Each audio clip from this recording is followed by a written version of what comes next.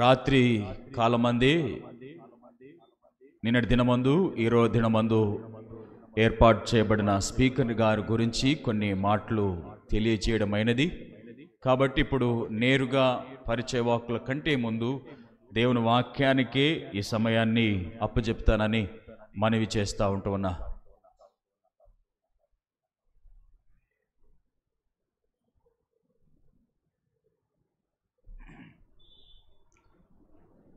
నిన్నటి దినమందే అయ్యగారిని గూర్చి పరిచయం చేస్తిని. ఆ సమయం కూడా ఒక నిమిషం 2 నిమిషాలైనా దేవుని వాక్యం కొరకే ఉపయోగించుకుందామని మనవి చేస్తూ ఉంటున్నా.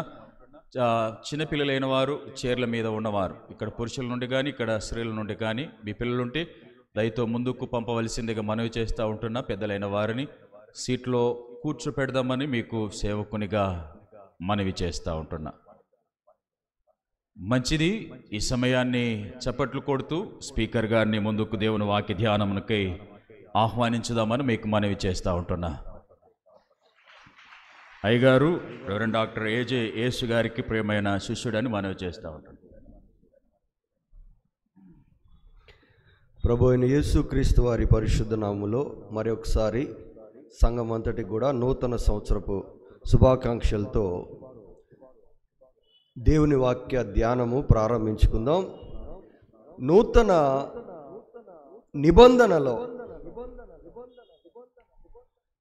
మనం ఎవరము? చిన్న ప్రార్థన చేసుకొని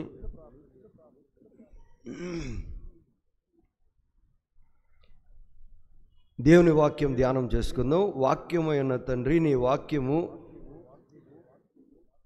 శ్రేష్టమైనది, విలువైనది, సత్యమైనది, స్థిరమైనది, జీవము కలిగినది, వెలుగై ఉన్నది. ఈ ఉదయకాల సమయంలో ఈ కార్యములు నీ వాక్యము ద్వారా జరుగునట్లు నన్ను మరుగు చేసి నీవు స్వాధీనపరుచుకొని మా అందరితో మీరు మాట్లాడమని యేసుక్రీస్తు వారి పరిశుద్ధ నామమున బ్రతిమిలాడి వేడుకుంటున్నాము తండ్రి, ఆమేన్. పేతురు రాసిన మొదటి పత్రిక 2వ అధ్యాయము 5వ వచనంలో ప్రభునందు ప్రియులారా, యేసుక్రీస్తు ద్వారా దేవునికి అనుకూలములకు ఆత్మ సంబంధమైన బలులను అర్పించుటకు పరిశుద్ధ యాజకులుగా ఉండునట్లు మీరు కట్టబడుచున్నారు. ఈరోజు నా ధ్యానాంశము ప్రభునందు ప్రియులారా, ఈ నూతన నిబంధనలో మనకు దేవుడిచ్చిన స్థానము, పిలుపు ఏమిటి? దేవుని వాక్యము స్పష్టముగా తెలియజేస్తుంది. ఈ లోకంలో జీవనోపాధి కొరకు ఏ ఉద్యోగమైనా మనం చేస్తుండొచ్చు, పెద్దది కానీ చిన్నది కానీ, లేక వ్యాపారము కానీ. అయితే దేవుని వాక్య ప్రకారము, దేవుని ఉద్దేశంలో, దేవుని చిత్తములో, ప్రణాళికలో నీవెవరవు, నేనెవరిని? క్రొత్త నిబంధనలో నువ్వెవరివి? క్రొత్త నిబంధన ప్రకారము దేవుడు మనలను పిలిచిన పిలుపు ఏమిటి? దేవుని వాక్యం చెప్తుంది. మీరు అన్నారు పేతురు గారు. ఎవరితో చెప్తున్నారు ఈ మాట అన్న చెప్పండి? పేతురు గారు ఎవరికి రాశారు ఈ పత్రికని? ఎవరికి చెప్తున్నారు ఈ మాట? మీరు యాజకులు అన్నాడు. ఎవరితో అంటున్నాడు ఈ మాట? ఎవరితో చెప్తున్నారు? మొదటి అధ్యాయం 2వ వచనంలో చూసినట్లయితే ఏమని రాయబడి ఉందంటే, ఆత్మ వలన పరిశుద్ధత పొందిన వారై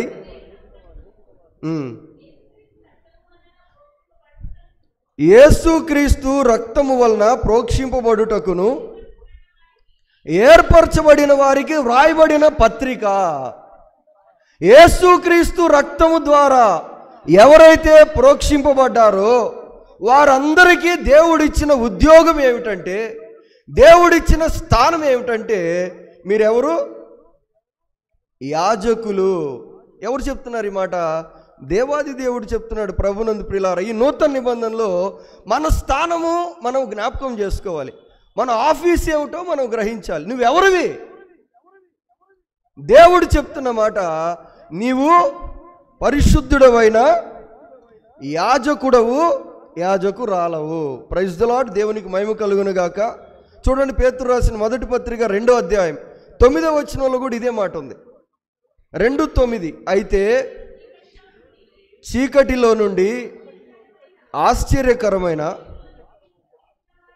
మిమ్మును పిలిచిన వాని గుణాతిశయములను ప్రచురము చేయు నిమిత్తము ఏర్పరచబడిన వంశమును రాజులైన మీరు, మళ్ళీ అదే మాట చెప్తున్నాడు. Doubling down on the same issue. 2 సార్లు చెప్పాడు. మీరు పరిశుద్ధ యాజకులు అని ప్రారంభించి ఇక్కడేమంటున్నాడంటే రాజులైన యాజకులు. అంటే యాజకులే రాజరికం చేస్తారు. అది నిన్ను పిలిచిన పిలుపు, నీకు ఇవ్వబడిన ఆఫీసు, నీ విషయంలో దేవుని ప్రణాళిక, నీ నుండి దేవుడు ఎదురు చూసేది, నిన్ను చేయమంటుంది యాజకత్వం. చూడండి, ప్రకటన గ్రంథం 1వ అధ్యాయం 6వ వచనం, 1:6. ప్రకటన 1వ అధ్యాయం 6వ వచనం. మనలను ప్రేమించుచు తన రక్తము వలన మన పాపముల నుండి మనలను విడిపించిన వానికి మహిమయు ప్రభావమును కలుగుగాక. కంటిన్యూ. ఆమేన్. ఆయన మనలను తన తండ్రియగు దేవునికి ఒక రాజ్యముగాను యాజకులుగాను చేశాను. ఆయన చేశాను. నీవు నేను ఇప్పుడు యాజకులము. ఎక్కడ యాజకులము? మోషే గుడారానికి కాదు. ఏ గుడారానికి? ప్రభువే స్థాపించిన నిజమైన గుడారానికి నీవు నేను. ఎక్కడుందది? యెరూషలేములో ఉందా? మా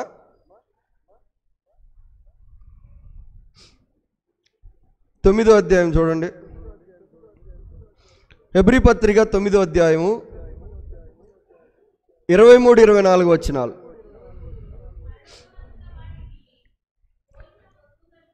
పరలోకమందున్న వాటిని పోలిన వస్తువులను ఇట్టి బలుల వలన శుద్ధి చేయబడాల్సి ఉండేను కానీ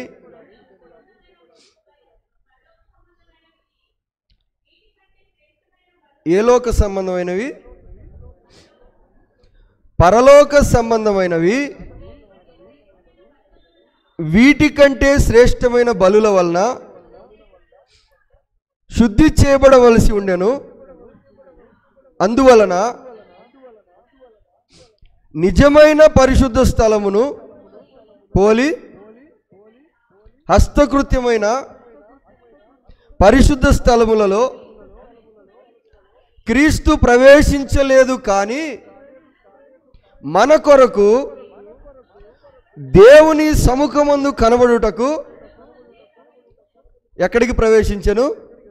ఇప్పుడు నిజమైన గుడారం ఎక్కడుంది? ఎక్కడుంది? మోషే గుడారము ఈ లోక సంబంధమైనది, దేవుడు స్థాపించిన గుడారము పరలోక సంబంధమైనది. ఎక్కడికి ఎక్కి వెళ్ళారు యేసు ప్రభు వారు? యాజకత్వం చేయటానికి.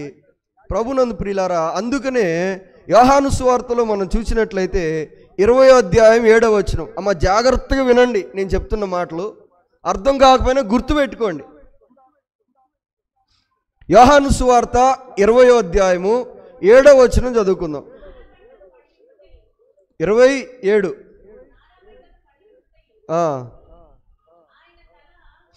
మా యోహాను సువార్త 27. తండ్రి వద్దకు ఎక్కిపోలేదు గనుక నన్ను నీవు ముట్టుకొనవద్దు. రెఫరెన్స్ తప్పిందా ఏంటి? యోహాను సువార్త 20, చాప్టర్ 20, జాన్ చాప్టర్ 20,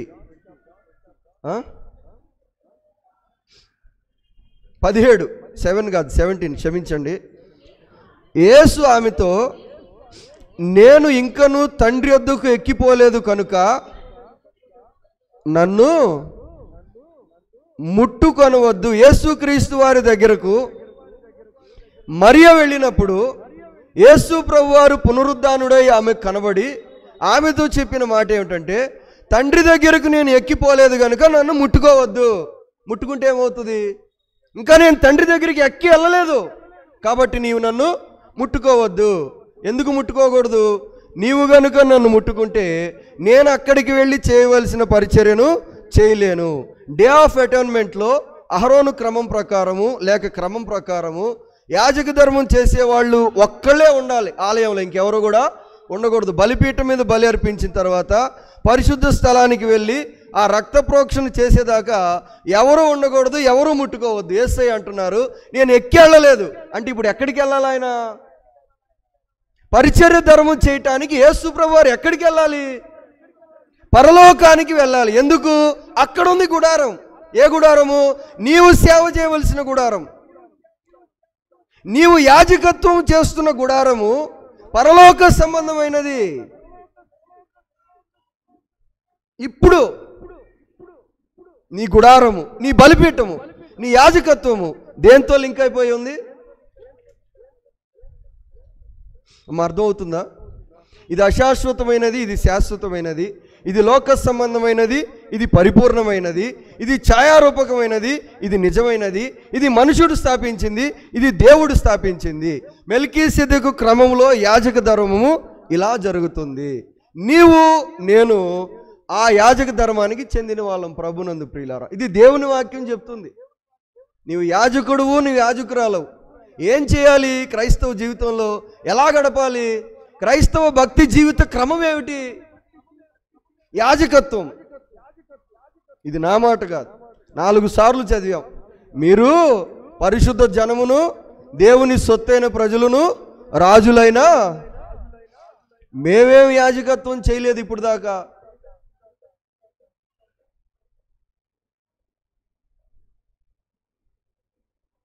ఎందుకు చేయలేదు? ఎవరు చెప్పలేదు, లేక చెప్పినా పట్టించుకోలేదా? ఈరోజు ప్రభునందు ప్రియులారా, యాజక ధర్మము ఏం చేయాలి? ఇప్పుడు మొదటిది నీవు నేను యాజకులమని చెప్పాను. 2 యాజక క్రమము మెల్కీసెదెకు క్రమం అని చెప్తున్నాను. 3 ఈ యాజక ధర్మంలో ఏం చేయాలి? What God is expecting you to do as a priest. ఎందుకంటే ఆల్రెడీ మిమ్మల్ని యాజకులను చేశాడు. మన ఉద్యోగం ఏదైనా ఉండొచ్చు, ఈ లోక సంబంధమైంది, that is different story. But in God's economy, దేవుని అనాది సంకల్పంలో, దేవుని నియమంలో ఇప్పుడు నీవు యాజకుడువు, యాజకురాలివి. ఏం చేయాలి? యాజకత్వం అంటే ఏంటి? పాస్టర్ గారు యాజకులు, మరి నువ్వు?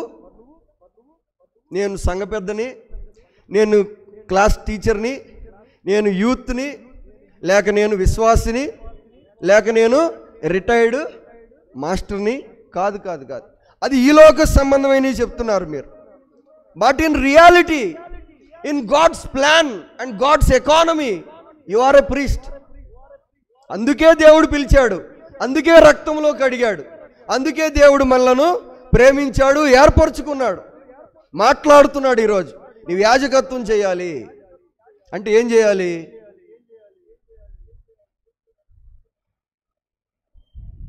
హెబ్రీ పత్రిక 8వ అధ్యాయం 3వ వచనం చదువుదాం. యాజక ధర్మము అంటే ఏమిటి?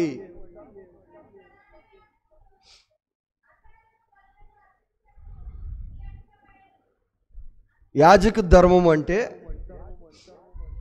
8:3 ప్రకారము యాజకుడు ఎందుకు నియమింపబడతారు? అమ్మ ఏముంది దేవుని వాక్యంలో? అర్పణలు, బలులు అర్పించుటకు యాజకులు నియమింపబడ్డారు. యాజకత్వం చేయటం అంటే అర్పణలు అర్పించటము, బలులు అర్పించటము. ఎందుకు అర్పించాలి? ఏం చేయాలో చెప్పాను. ఏం చేయాలి? యాజక ధర్మము చేయటం అంటే అర్పణలు అర్పించటము, బలులు అర్పించటము. అదేగా అహరోన్ చేసింది, అదేగా జకర్యా చేసింది. ధూపం వేయటము, బలి అర్పణ అర్పించటము, బలిని సిద్ధపరచటము, రక్తాన్ని ప్రోక్షించటము, పరిశుద్ధ స్థలంలో ప్రాయశ్చిత్తం చేయటము, బయటకు వచ్చి ప్రజలను దీవించటము. ఇది యాజక ధర్మం. అయితే మెల్కీసెదెకు క్రమంలో ఏం చేయాలి? అక్కడ కూడా ఇదే చేయాలి. ఏం చేయాలి? బలులు అర్పణలు అర్పించాలి. అందుకోసం దేవుడు యాజకులను నియమిస్తాడు.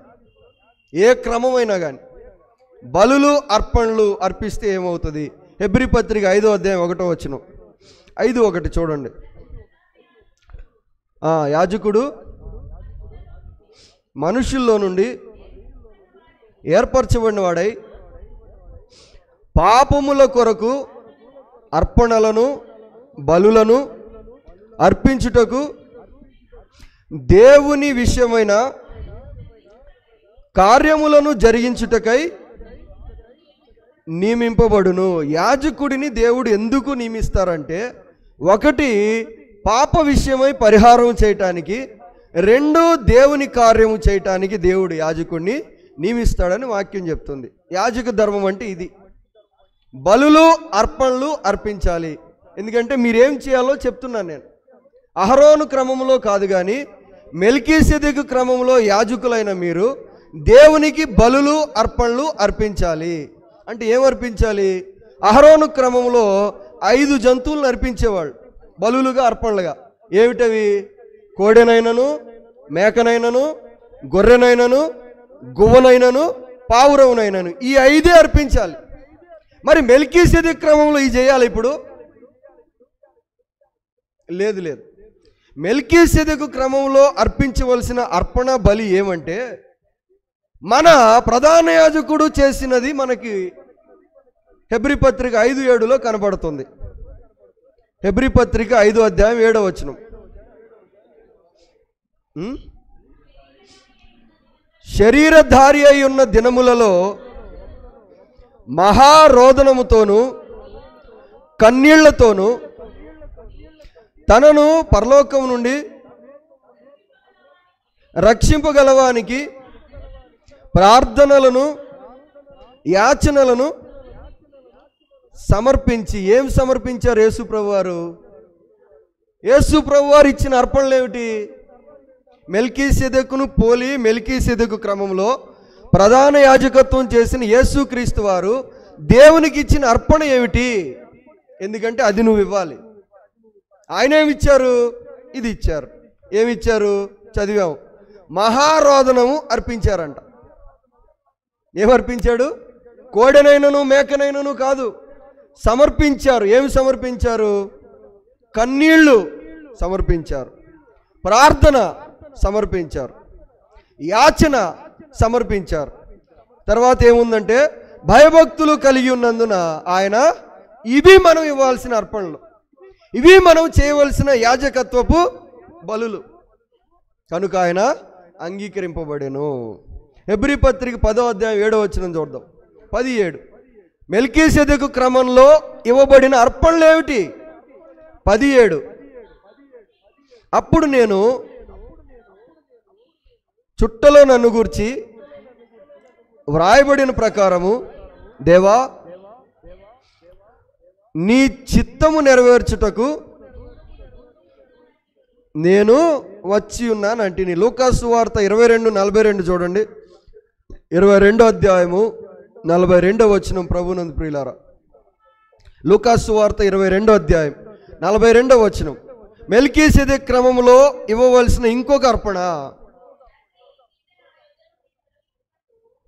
22:42. తండ్రి, ఈ గిన్నె నా యొద్ద నుండి తొలగించుటకు నీ చిత్తమైతే తొలగించుము, అయినను నా ఇష్టం కాదు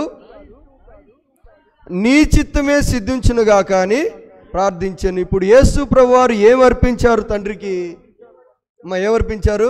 నాకు ఇది ఇష్టం లేదు, నాకు ఇది చేయాలని లేదు, నాకు ఇది నచ్చదు, నాకు అవసరం లేదు, నాకు ఉపయోగం లేదు, నాకు అసలు వద్దే వద్దు, కానీ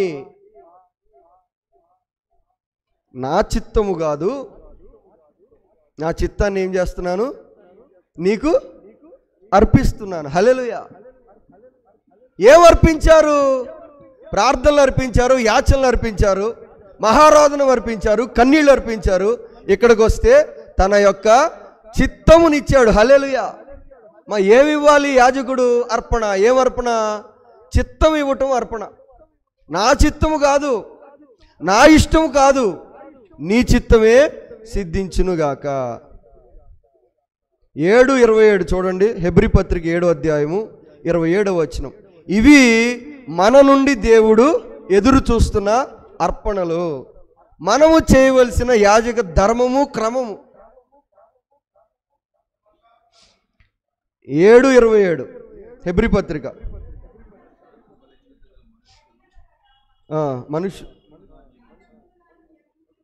యాజకులుగా నియమించను కానీ ధర్మశాస్త్రమునకు తర్వాత వచ్చిన వాక్యము నిరంతరము సంపూర్ణ సిద్ధి పొందిన కనుక ఈయన ప్రధాన యాజకుని వలె మొదట సొంత పాపముల కొరకు,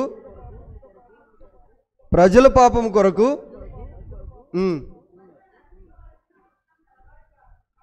కాడు, అమ్మా తనను తాను ఏమర్పించారు? ఇందాక ఏమర్పించారు? చిత్తం అర్పించారు. ఇప్పుడేం అర్పిస్తున్నారు? తనను తాను అర్పిస్తున్నారు. అక్కడ కన్నీరు, ప్రార్థనలు, యాచనలు, భయభక్తులు. ఇక్కడ తన చిత్తము, ఇక్కడికి వచ్చేటప్పటికి తనను తానే అర్పించాడు. అంటే తన జీవితం ఇచ్చేశారు, చిత్తం ఇచ్చేశారు, తన ఇష్టం ఇచ్చేశారు. 9:12 చూడండి, హెబ్రీ పత్రిక 9:12. ఇది మెల్కీసెదెకు క్రమములో చేయబడిన అర్పణ యాజకత్వము. హెబ్రీ 9:12. మేకల యొక్కయు కోడెల యొక్కయు రక్తంతో కాక తన స్వరక్తముతో, ఇప్పుడు ఏమి ఇచ్చాడు? ఇక్కడికి వచ్చేటప్పటికి రక్తము ఇచ్చారు. నిన్న చూసాం, రక్తంలో ఏముంటుంది గుర్తుందా మీకు? రక్తములో ప్రాణం ఉంటుంది. అంటే ఇప్పుడు ఏమి ఇస్తున్నాడు యేసయ్య? ఎందుకు ఇచ్చారు? ఎందుకంటే ఆయన యాజకుడు కాబట్టి, యాజక ధర్మం ప్రకారం అర్పణ అర్పించాలి కాబట్టి ఆయన ఏమిస్తున్నారు? చిత్తం ఇచ్చేశారు, జీవితం ఇచ్చేశారు. ఇక్కడికి వచ్చేటప్పటికి ప్రాణం ఇచ్చాడు. ప్రైజ్ ద లార్డ్, దేవునికి మహిమ కలుగును గాక. ఇవి మెల్కీసెదెకు క్రమములో అర్పించబడిన అర్పణలు. మెల్కీసెదెకు క్రమము యాజక ధర్మము. అంటే నీవు నేను మెల్కీసెదెకు క్రమానికి చెందిన వాళ్ళం కదా. మాస్టర్ గారు, ఒక కోడి నేను ఇస్తానండి దేవునికి. మంచిదే. ఫిలిప్పీ పత్రిక 2వ అధ్యాయం 7వ వచనం. ఫిలిప్పీ పత్రిక 2వ అధ్యాయము 7వ వచనం. 2:7 మనుష్యుని పోలికగా పుట్టి దాసుని స్వరూపము ధరించుకొని తనను తానే రిక్తునిగా చేసుకొనెను, మరియు మనుషునిగా కనబడి మరణము పొందినంతగా, అనగా శిలువ మరణము పొందినంతగా యేసుక్రీస్తు వారు అర్పించిన ఇంకొన్ని అర్పణలు ఏమంటే ఏముంది? ఆయన మనుషుని పోలికగా పుట్టారు. అంటే ఆయన మనిషిలాగా పుట్టాడు. అసలు ఆయన ఎవరు? ఎవరు చెప్పండి? మనుషుని పోలికలో పుట్టాడు, అది గొప్ప. అంటే ఆయన మనిషి కాదా? మనిషా కాదా? ఎవరైనా దేవుడు మనిషిగా పుట్టాడు. అంటే ఇప్పుడు ఏం అర్పించారంటే తన దేవత్వం అర్పించారు. ప్రభునందు ప్రియులారా, ఏమర్పించాడు ఆయన? అందుకే రాశారు గొప్పగా, దేవుడు దేవత్వం అర్పించి మనిషిగా పుట్టాడు. అధికారం అర్పించి దాసునిగా పుట్టాడు. మహిమ గలవాడు మహిమను విడిచిపెట్టి సాధారణమైన వానిగా పుట్టాడు.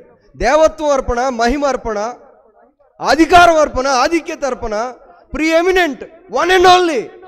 కానీ అందరితో సమానం అయిపోయాడు, సాధారణమైన వాడు. ఇవి ఆయన ఇచ్చిన అర్పణలు. ప్రాధాన్యత, సుఖము, సంతోషము, మహిమ, దేవత్వము, ఆధిక్యత ఏం చేశారు?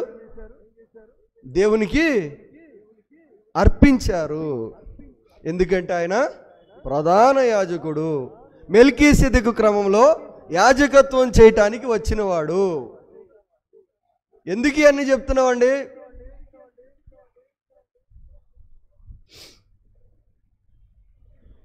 మొదటి పేతురు 2వ అధ్యాయం 5వ వచనం. పేతురు రాసిన మొదటి పత్రిక 2వ అధ్యాయము 5వ వచనం.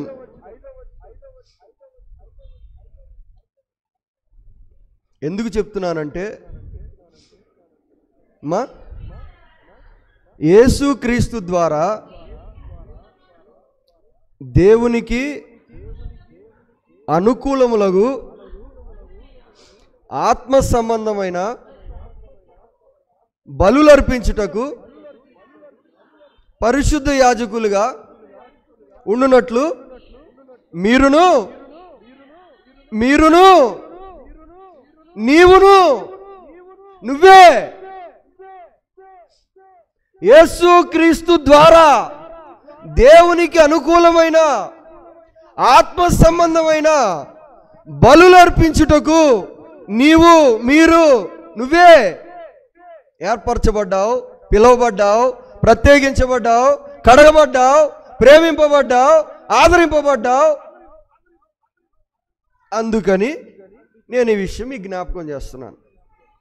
ఆత్మ సంబంధమైన బలులు అర్పించటానికి దేవుడు మనలను ఏర్పరచుకున్నారు. ఇప్పుడు మనం ఏం అర్పించాలి? మరి చెప్పండి, ఏం అర్పించాలి? చదివాంగా, యేసుక్రీస్తు ద్వారా ఆత్మ సంబంధమైన బలులు అర్పించాలి. ఏమిటి ఆత్మ సంబంధమైన బలులు? మెల్కీసెదెకు క్రమములో యాజక ధర్మము ఆత్మ సంబంధమైన బలులు అర్పించటానికి నీవు యాజకునిగాను యాజకురాలుగాను దేవుని చేత దేవుడు నిన్ను అభిషేకించాడు, దేవుడు నిన్ను ఆర్డైన్ చేశాడు, దేవుడు ఆల్రెడీ నీకు ఆ సర్టిఫికెట్ ఇచ్చేశాడు.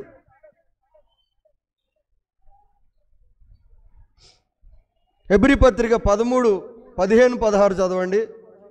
ఇప్పుడు ఏం అర్పించాలి? హెబ్రీ పత్రిక 13వ అధ్యాయం 15-16 వచనాలు. కాబట్టి ఆయన ద్వారా మనము దేవునికి ఎల్లప్పుడూ స్తుతి యాగము చేయుదుము, అనగా ఆయన నామమును ఒప్పుకొనుచు ఏమర్పించాలి? ఏంటమ్మా జిహ్వఫలం అంటే? అది అర్పించండి, అది అర్పిద్దాం. ఏమర్పిద్దాం? జిహ్వఫలం అర్పిద్దాం. అంటే ఏమిటి? అది అర్పిద్దాం అంటున్నాడు.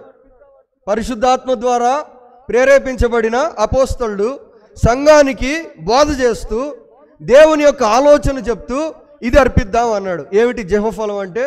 నోటి మాటలు, నోటి ఫలము మనం చేస్తూ వచ్చాం. స్తుతులు, దేవునిని కృతజ్ఞతలు, నోటి మాటలు మనము దేవునికి అర్పణగా అర్పించాలి. అది మనం ఇవ్వాల్సిన అర్పణ. ప్రభునందు ప్రియులారా, దేవుడు ఎదురు చూస్తుంది, చేయమని చెప్తుంది. అది మాత్రమే కాదు, 16వ వచనం చూడండి.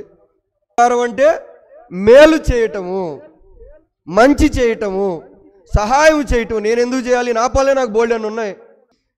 ఎందుకు చేయాలి? ఇది యాజక ధర్మంలో ఒక భాగం. ఫిలిప్పీ పత్రిక 2:17 చూడండి. మరియు విశ్వాస యాగములోను దాని సంబంధమైన సేవ, దీంట్లో నేను పానార్పణముగా పోయబడుతున్నాను. అంటే ఆయన తనను తాను అర్పణగా చెప్తున్నారు. ఏ విషయంలో? విశ్వాస సంబంధమైన సేవ. దాని కొరకు ఆయన చేసే ప్రయత్నం, ప్రయాస. ఇది మెల్కీసెదెకు క్రమంలో ప్రభునందు ప్రియులారా చేయవలసిన యాజక ధర్మం. ఇప్పుడు యేసు ప్రభు వారి ద్వారా మనం ఏమేమి నేర్చుకున్నాం చెప్పండి? ఏం చేశారు? ఏం అర్పణ అర్పించాలి మెల్కీసెదెకు క్రమంలో? కోడే కాదు, మేక కాదు, గొర్రె కాదు. ఏం అర్పించాలి? ప్రార్థనలు, యాచనలు, స్తుతులు, భయభక్తులు, చిత్తము, జీవితము, కుదిరితే ప్రాణము, ఉంటే మహిమ, ఆధిక్యత, అధికారము, ఐశ్వర్యము ఇవ్వగలిగితే. ఇవ్వలేకపోతే ఉపకారము, ధర్మము, సహాయము. అనేక రకాలైన అర్పణలు ఉన్నాయి, బలులు ఉన్నాయి ప్రభునందు ప్రియులారా. కొత్త నిబంధనలో సంఘము అంటే నీవు నేను ఇవ్వగలిగినవి ఏమిటవి? ప్రార్థన ఒక అర్పణే, డిస్కస్ చేయటానికి టైం లేదు కనుక చెప్పలేకపోతున్నాను, క్షమించండి. ప్రార్థన చేయటము, ఉపవాసము చేయటము, జాగారము చేయటము, కానుకలు ఇవ్వటము, ఇవన్నీ కూడా అర్పణలే. ఈరోజు ప్రభు ప్రేమను బట్టి క్రొత్త సంవత్సరంలో, క్రొత్త నిబంధనలో యాజకులైన మీరు ఒక క్రొత్త ప్రారంభం చేయాలని నేను పిలుపునిస్తున్నాను ప్రభునందు ప్రియులారా. I'm calling you, I'm challenging you.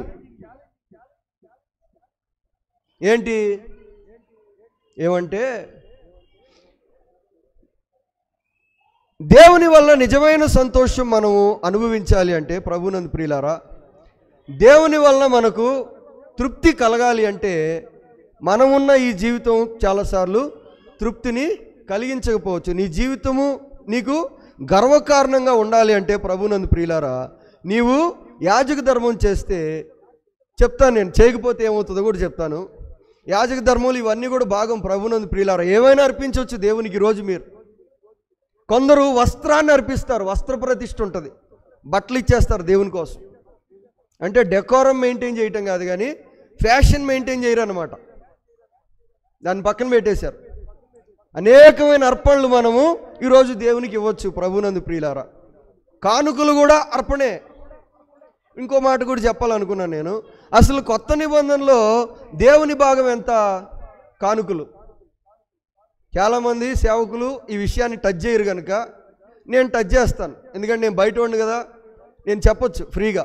Pastor గారు చెప్పాడు అనుకో, అయ్యగారు డబ్బులు అడుగుతున్నాడు, ఎప్పుడు డబ్బులేనండి, డబ్బులు గురించే ప్రసంగాలు, డబ్బులే అంటారు కాబట్టి వాళ్ళు చెప్పలేకపోవచ్చు. నేను చెప్పొచ్చు, ఎందుకంటే నేను బయట ఉండు కదా, మీరు ఇచ్చినా నాకేం రాదు. దేవుని యొక్క వాక్య ప్రకారము క్రొత్త నిబంధనలో దేవుని భాగం ఎంత? మా చెప్పండి. పాత నిబంధనలు ఎంత? ఒక్కటి చెప్పి నేను ముందుకెళ్ళిపోతాను. పాత నిబంధనలో దేవుని భాగం ఎంత?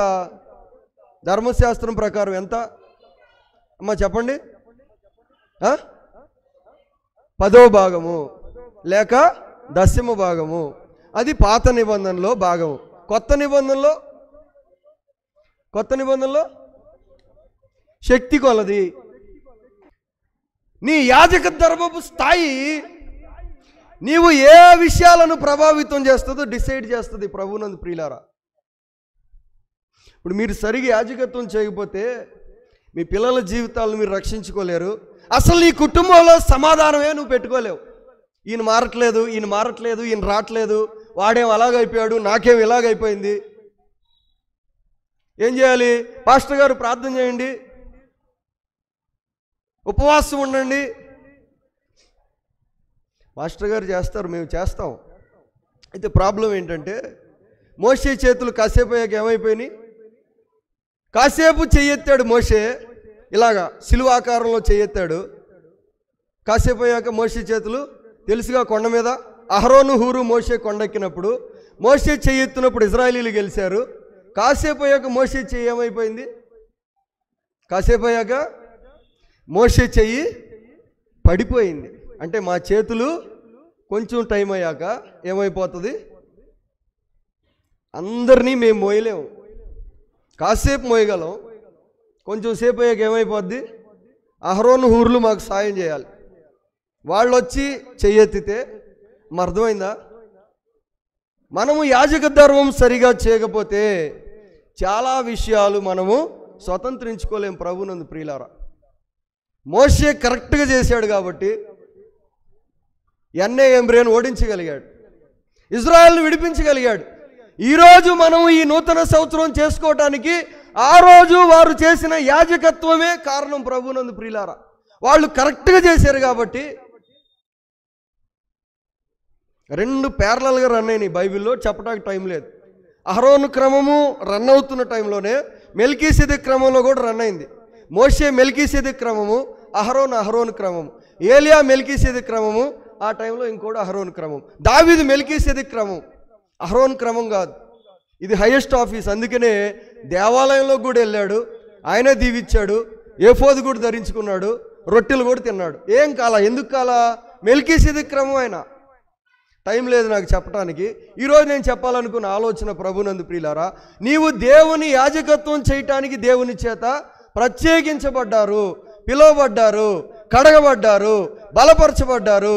దేవుడు తన వాక్యమును, తన ఆత్మను, తన కృపను ఎందుకు ఇచ్చాడంటే నీవు యాజకత్వం చేస్తే దేవుడు ఈ లోకాన్ని దీవిస్తాడు, రక్షిస్తాడు, ఆశీర్వదిస్తారు, మహిమతో నింపుతారు, ఏమైనా చేస్తారు.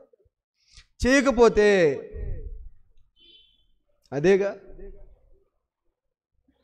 నాకు నడువు నొప్పి పాస్టర్ గారు, చాలా ప్రాబ్లమ్స్ ఉన్నాయి, టైం లేదు ప్రార్థన చేయటానికి. టైం లేదు, టైం ఉంటే ఓపిక లేదు, ఓపిక ఉంటే స్థలం లేదు, స్థలం ఉంటే కోరిక లేదు, కోరుకుంటే అవసరం లేదు, అస్సలు నీకు సరైన జ్ఞానం లేదు. చేయట్లేదంటే కారణం ఏంటి? ఎందుకు చేయాలో తెలియట్లేదు. నువ్వు చెప్తే మేం చేయాలా? నేను చెప్పట్లా, బైబిల్ చెప్తుంది. ఏమని చెప్తుంది? ఎడతెగక ప్రార్థన చేయుడి, ఎల్లప్పుడూ ప్రార్థన చేయుడి, పట్టుదలతో ప్రార్థన చేయుడి, అందరి గురించి ప్రార్థన చేయుడి, అన్ని రకములుగా ప్రార్థన చేయుడి. ఎవరు చెప్పారు? దేవునికి తెలీదా? ఓపిక లేదు, సమయం లేదు, స్థలం లేదు, కుదరట్లేదు, రాదు నాకు, ఇంకో మంచి అసలు నాకు రాదండి అంటారు. నాకు రాదు. నీకు ఈరోజు ప్రభునందు ప్రియులారా, దేవుని ప్రేమను బట్టి ఈ 2024వ సంవత్సరంలో నూతనముగా మనము అడుగు పెట్టడానికి దేవుడు కృపనిచ్చారు. అయితే దేవుని వాక్య ప్రకారము మనము యాజకులమనే విషయాన్ని మీకు జ్ఞాపకం చేస్తున్నాను. ఒక్కళ్ళిద్దరు బలంగా నిలబడినా సరిపోద్ది ప్రభునందు ప్రియులారా. ఈరోజు దేవుడా ఒక్కరు నువ్వే కావాలని కోరుకుంటున్నాడేమో. దీవెనల గురించి, ఆశీర్వాదాల గురించి చెప్పగలను నేను, ప్రసంగాలు, వాక్యాలు, అని ఇంకా హయ్యర్ లెవెల్కి మీరు వెళ్ళాలని, మీ తరాలు మారాలని, నీవు దేవుని మహిమను పొందాలని, ఘనమైన సూరకార్యాలు మీరు చేయాలని ఈరోజు నేను ఆశ కలిగి ఈ మాట చెప్తున్నా ప్రభునందు ప్రియులారా. మీరు యాజకుడు అనే విషయాన్ని మర్చిపోవద్దు. నేను పాస్టర్ గారిని సరిగ్గా ప్రార్థన చేయడండి, పాస్టర్ గారు టైంకి రారు, వాక్యం సరిగ్గా చెప్పడం, లేకపోతే ఆయన పని ఆయన చేయడు, చేయకపోతే అప్పుడు ఏమనుకుంటారు మీరు? ఎలా ఉంటుంది మీకు? సరిగ్గా చేయట్లేదు అనుకోండి, ఎవరైనా వారి పని సరిగ్గా చేయకపోతే వాళ్ళని ఏమంటారు? మరి చెప్పండి, ఏమంటాం? ఒక పని ఒక మనిషికి ఇచ్చినప్పుడు ఆ మనిషి ఆ పని సరిగ్గా చేయకపోతే వాళ్ళని ఏమంటాం? సిస్టర్ గారు చెప్తున్నారు, చెప్పండి, ఏమంటాం? పని సరిగ్గా చేయకపోతే వాళ్ళని ఏమంటాం? సోమరి అంటారంట సిస్టర్ గారు. ఇంకా ఏమంటాం? ఎవరి పని వాళ్ళు సరిగ్గా చేయకపోతే వాళ్ళని ఏమంటాం? ఇర్రెస్పాన్సిబుల్, ఇర్రెగ్యులర్, సోమరి. ఇంకా ఏమంటాం? అసమర్థుడు అంటే అన్నా ఏమంటాం? పని దొంగ అంటాడంట పాస్టర్ గారు, పని దొంగ అంటారంట. ఇంకా మాట కూడా వాడుక మాట ఉంటుంది, పనికి ఏమంటారు? పనికి మాలినోడు అంటారు. అంటే ఏంటి? పనికి మాలినోడా అంటే పని చేతగానోడా, పని సరిగా చేయనోడా. ఇప్పుడు నీ పని ఏంటి? మీ పని ఏంటి? స్పిరిచువల్ ఆఫీస్, లోక సంబంధమైన పని కాదు, దైవికమైన ఆత్మ సంబంధమైన ఉద్యోగం ఏంటి మీది? మీ పని ఏంటి? యాజకత్వము. అది సరిగ్గా చేయకపోతే దేవుని వాక్యము మనందరితో మాట్లాడునుగాక. ఆమేన్. సమయాన్ని అయ్యగారికి అప్పగిస్తాను. చక్కటి దైవవర్తమానాన్ని తెలియపరిచిన రెవరెండ్ జకం డేవిడ్ రాజయ్య గారికి ప్రభు నామమున వందనాలు తెలియపరుస్తూ ఉంటున్నా. ఎన్నో ఆత్మీయమైన విశేష సత్యాలు దేవుని వాక్యం ద్వారా వెల్లడిపరిచినందుకై సమస్త ఘనత, మహిమ, ప్రభావాలు తెలియజేస్తూ ఉంటున్నా దేవునికి.